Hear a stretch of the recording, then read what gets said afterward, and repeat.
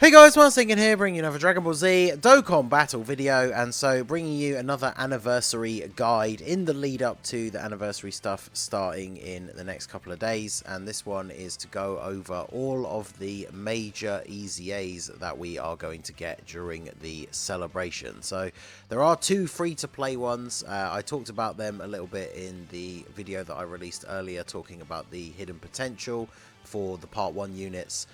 So if you don't know about the free-to-play units and you haven't checked that video out, all the details are there. But we are going to talk about the main ones that are getting their own Extreme Z battles to actually get full-on EZA'S, right? So we're going to start off in part 1. We get the EZA'S for the physical Super Vegito and the STR Super Buu. You can see here I've got the details up from the celebration when it was on in JP. The banners dropped, I believe it was on the 30th? No, the 29th of January. And then you can see here that the Super Vegito and Super Buu EZA'S came out on the 3rd. So it was only about 5 days later. So we're expecting the anniversary banners for Global to drop either Friday or Saturday morning. And so then we'll expect these to be on the same kind of time frame. And to release 5 days later. So I will do actual team building guides for the EZA'S like I often do, but for this video we're just going to talk about the units and what they actually do. So starting off with physical Super Vegito. So I think most people were disappointed overall with this guy. I think the overall consensus is he was the worst of the EZA'S from the anniversary, but he still is good, right? He still has use, he can still put in some decent work.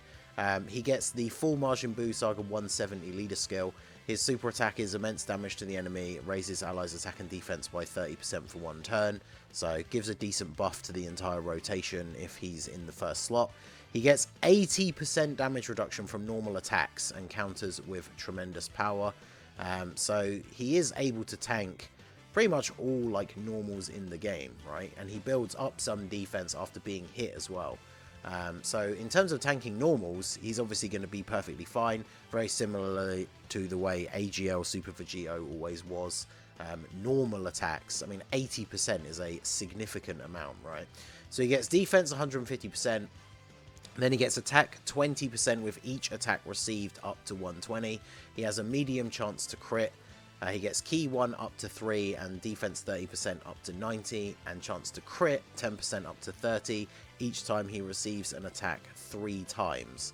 So to get fully maxed out, he has to get hit 9 times. Every 3 times he gets hit, he gets the 1 step of that buff, right? So the key, not necessarily important depending on what team you're running him on with the links and such, but obviously getting the 30% defense is really useful. Crit chance for counter characters is always really good as well, but it does mean you've got to get 3 hits in to get that extra 30%. But once you do start getting him built up, like I say, with that 80% damage reduction, he will basically tank all normals in the game essentially for double-digit damage. So he can still be very useful. The fact that he has no attack at the start and then builds up with each attack received can sometimes be a problem. If you get into a rotation where there's no attacks in slot 1 whatsoever, so there's no way you can get him hit before he attacks, then he's starting off without any sort of attack boost, so you'll definitely see him putting out lower attack stats than a lot of other EZA TURs very early on, but each attack he receives, obviously he does build that up a little bit. So there are certain fights like the Metal Cooler Core, for example, where you have the Metal Cooler army in the first stage that you fight for 3 turns. They attack a whole bunch of times, often many times in 1 slot. So there are events where you can get this guy built up and then he will be able to put in some good work. You combine that with any sort of unit that is giving a scouter effect, and then obviously this guy can be incredibly powerful because he's able to handle normal attacks very well. So whilst he may not be the craziest or the strongest unit, he is definitely still very good. And then we have the STR Super Buu. So this guy, very interesting. Obviously, just like when he released, he has 3 different transformations that can occur based on your HP. So he gets the full 170 for transformation boost, which is a pretty good leader skill. He then has extreme STR types 120 as a backup. So his leader skill is pretty decent, especially for things like Battlefield. His super attack is to greatly raise attack for 1 turn, immense damage to the enemy, and greatly lowers attack and defense. So he doesn't get any defense on super, but he has key 1, attack and defense 120, raise defense by up to 120 based on the more HP remaining. So like on turn 1, for example, he's going to get this full buff, which is good. Additional attack and defense 60% when attacking. So on attacking buffs are always good because they're calculated separately with support and stuff like that. So definitely strong. And then additional 60% within the same turn, defense within the same turn after receiving an attack. So he has to get hit once, and then he gets an extra 60% defense. So his defense can actually be pretty good. And then, yeah, you transform into a specific form when conditions are met. So you turn into the Buu Piccolo when HP is 49% or more. Super Saiyan 3 Gotenks when HP is between 50% and 79%. And then Ultimate Gohan when HP is 80% or above, and that is on the start of turn 5. So it's not an active skill, it will just always happen at the start of turn 5. This has been kind of tricky in the past, because obviously like turn 4, if someone gets blasted by a super attack, you kind of lose control over which form you're going to take. And I think Gotenks is still the worst one overall.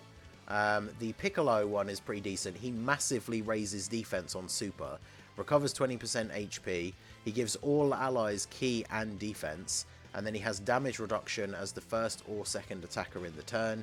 He gives allies 60% defense, he gets extra 60% defense, all allies attack 40% and chance to crit as the third attacker. So interesting to see that you can split, so he gets more attack himself and gives allies defense and then has damage reduction if he's in slot 1 or 2.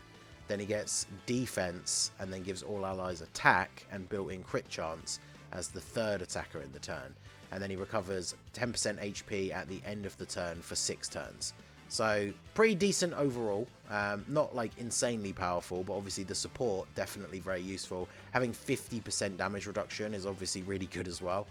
And then the Gotenks is immense damage and lowers attack and defense, seals super attacks.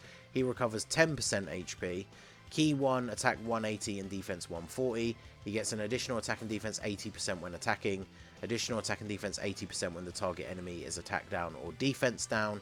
And then key 1, defense 80% and great chance to launch an additional super for 6 turns. So some pretty good numbers in there. Obviously he doesn't get any defense on super from his super attack effect. So with the hidden potential, he can potentially get 3 super attacks in 1 turn. But unfortunately he's not really getting anything out of that in terms of extra stats. He's just doing extra damage. Getting the extra attack and defense when the target enemy is in attack down or defense down. A lot of the toughest bosses you can't do either, although some obviously can be defense lowered even when they can't be attack lowered. But yeah, I feel like this one is just very inconvenient. His links change and he gets like over in a flash, which is not really very useful on like the teams that he's on. But then of course the one you want to try and aim for, so 80% HP or above, is the Buuhan. He greatly raises attack and defense for 3 turns. So not only is it a greatly raised, but you get a couple of stacks out of this. So if you get an additional in the same turn, then it's just another greatly raised, which is really good. Recovers 12% HP, key 2, attack and defense 180, raises defense by up to 120 based on your HP, additional attack 80 when attacking, launches an additional attack that has a high chance to become a super, and has a great chance to guard for 6 turns. And then he has a high chance to guard after the 6 turns. So not only is he able to get up to pretty decent levels of defense just in terms of the raw number, but then he has a 70% chance to guard. Now, obviously, you know, chance to guard units, kind of annoying. We all dislike the chance to guard, but at least it's 70% and not like 30 or something, right? So Buuhan can actually be really good. I've seen him put out some really good numbers, both offensively and defensively. Obviously, he gets big bad bosses in the Buuhan form as well. So very, very good link, gets a lot of extra stats out of that, and obviously helps with linking with the other units. So Buuhan, definitely very, very good. So then we go on to part 2, and this is where we get the LR Spirit Bomb Absorb Goku and the STR Blue Kaioken Goku. These came out on the 13th, so that's what, 10 days after the other one. So most of these EZA'S are separated by just under 2 weeks each, pretty much. So just over a week between each of the sets of EZA'S that come out. So Spirit Bomb absorbed Goku, the LR EZA. He greatly raises attack and defense on his 12 key super. He greatly raises attack and defense on his 18 key super, as well as lowering attack and defense and sealing attacks, super attacks. So his 18 key super is essentially always the one you want to go for. I think pre-EZA, yeah, he only got defense on his 12 key.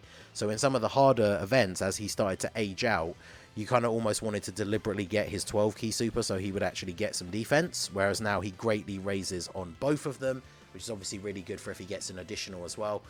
He has attack and defense 159, randomly change key spheres of a certain type to rainbow. Then he gets 2 extra key per rainbow key sphere obtained. He gets attack and defense 10% per key sphere, so any, including rainbows. Then he gets an additional 7% attack and defense per Super Saiyan ally attacking in the same turn.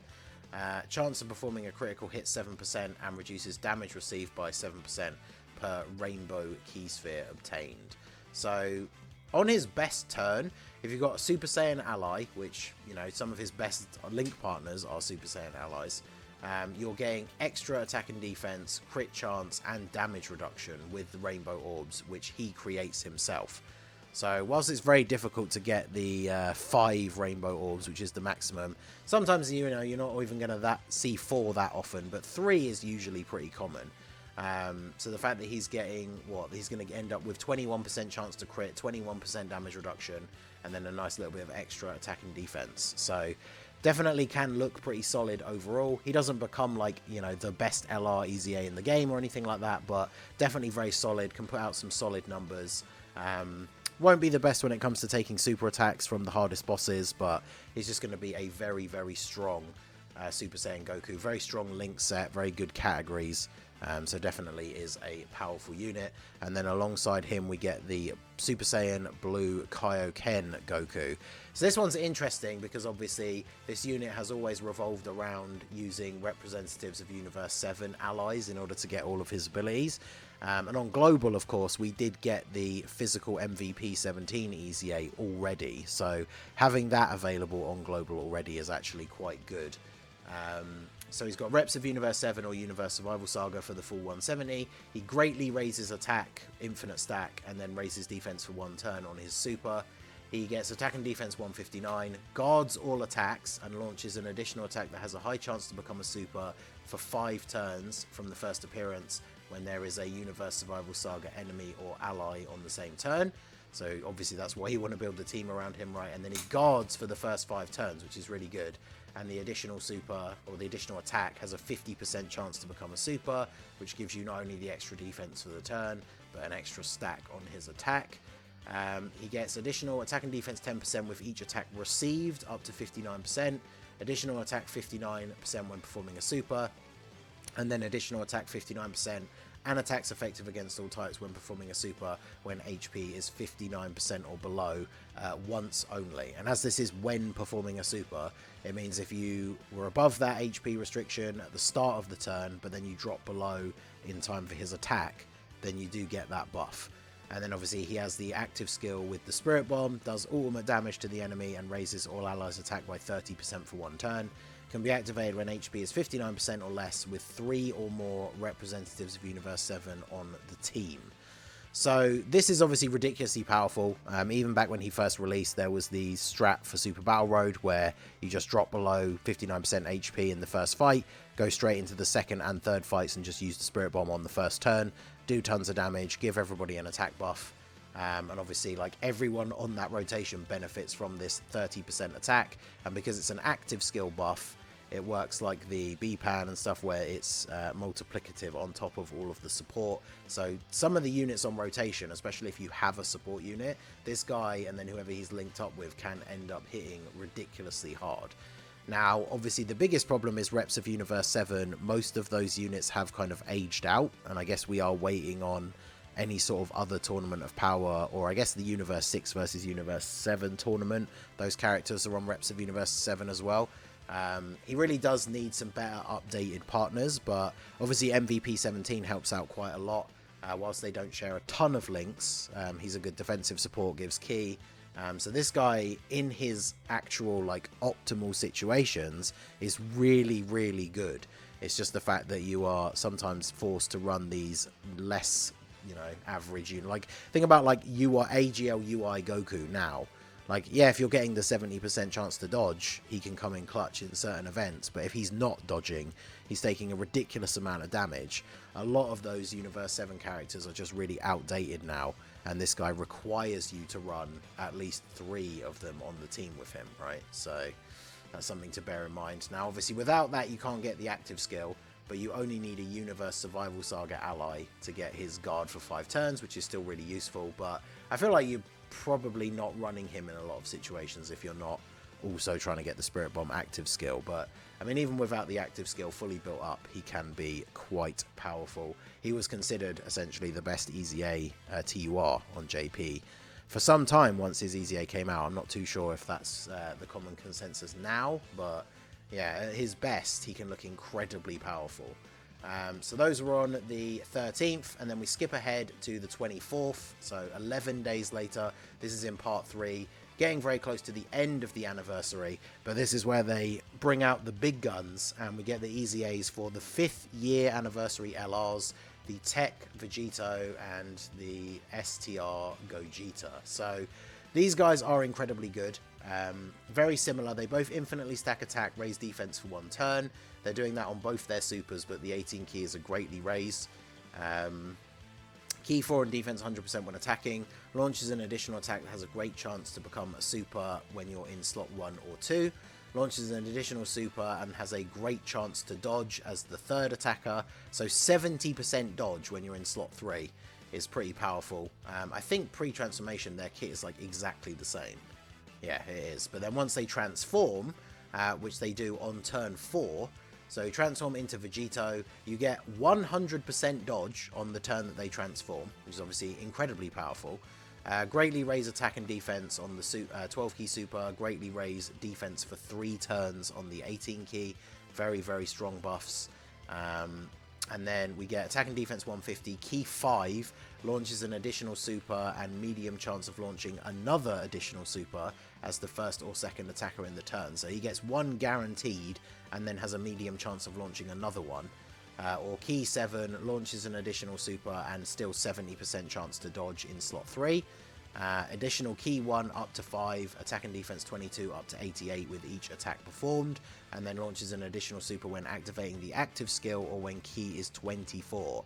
So if you get 24 key and he's in slot 1 or 2, he's getting 2 guaranteed additional supers and then a 30% chance to do another one, and then you have the potential for the hidden potential as well. So on his best turn he can super attack 5 times. And then you have the active skill is greatly raise attack temporarily and does ultimate damage to the enemy. Can be activated when facing only one enemy whose HP is 50% or less, starting from the turn after you transform. And then Gogeta does very similar effects. He has the guaranteed dodge. He gets attack and defense 150, key 5, launches 2 additional attacks, each of which has a medium chance to become a super, and attacks effective against all types as the 1st or 2nd attacker in the turn. So the major difference here, which is why I think a lot of people put Vegito over Gogeta, is he gets 2 additional attacks that have a medium chance to become a super, whereas Vegito gets 1 guaranteed and then 1 that is a medium chance. The difference for Gogeta, obviously, is he gets attacks effective against all types. But, I mean, that doesn't really balance out, right? If you're doing 2 normal attacks, even if they're effective against all types, you're not doing as much damage as Vegito doing a super attack and a normal attack. But then I believe everything else is the same. Key 7 gets the additional super and 70% dodge in slot 3. Key 1 up to 5 and attack and defense 22 up to 88. And then, he gets a guaranteed crit when activating an active skill, or key is 24, whereas Vegito gets yet another super attack. So you can see, on his best possible turn, he's doing, with the 2 attacks from his passive and then the hidden potential, he's doing, 4 super attacks. But he is getting guaranteed crits on all of those when key is 24. So it's up and down, like there's some obviously different situations. Against type disadvantage, Gogeta is pretty much always going to do more damage because he's either going to have super effective or guaranteed crits. But against type neutral or type advantage, Vegito's putting out way more super attacks. So there's a lot going on there in terms of attacks for him. Because we got so many attacks in the passive, right? 2 attacks from his passive. They both get 2 attacks, but Vegito gets 1 guaranteed. So we're already looking at 3. Then we've got Vegito getting an extra 1 at 24 key, so that's 4. And then with the hidden potential, that's 5. Whereas Gogeta just has the 1 extra hidden potential, which is 4. So overall, I think Vegito does more damage most of the time. But again, against type disadvantage, Gogeta definitely will be doing a lot more.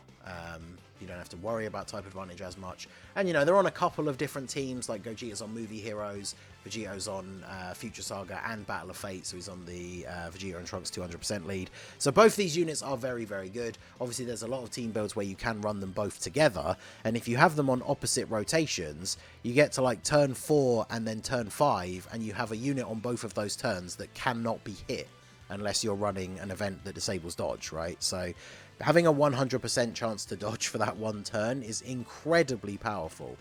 So both these guys are ridiculous. I think when they came out, the general consensus was that these guys were like easily top 5 units in the game again, which is pretty cool because back when the 5th anniversary happened, these guys were obviously super hype when they first came out, and then it felt like they aged a lot quicker than probably any other anniversary unit, which is unfortunate. But yeah, they're back on top now by the end of the anniversary. So let me know what you guys think down below. Which ones are you looking forward to the most? I'm sure that's probably a dumb question. I'm sure for most people it is the 5-year fusions, right? So excluding the 5-year fusions, which ones are you guys looking forward to the most?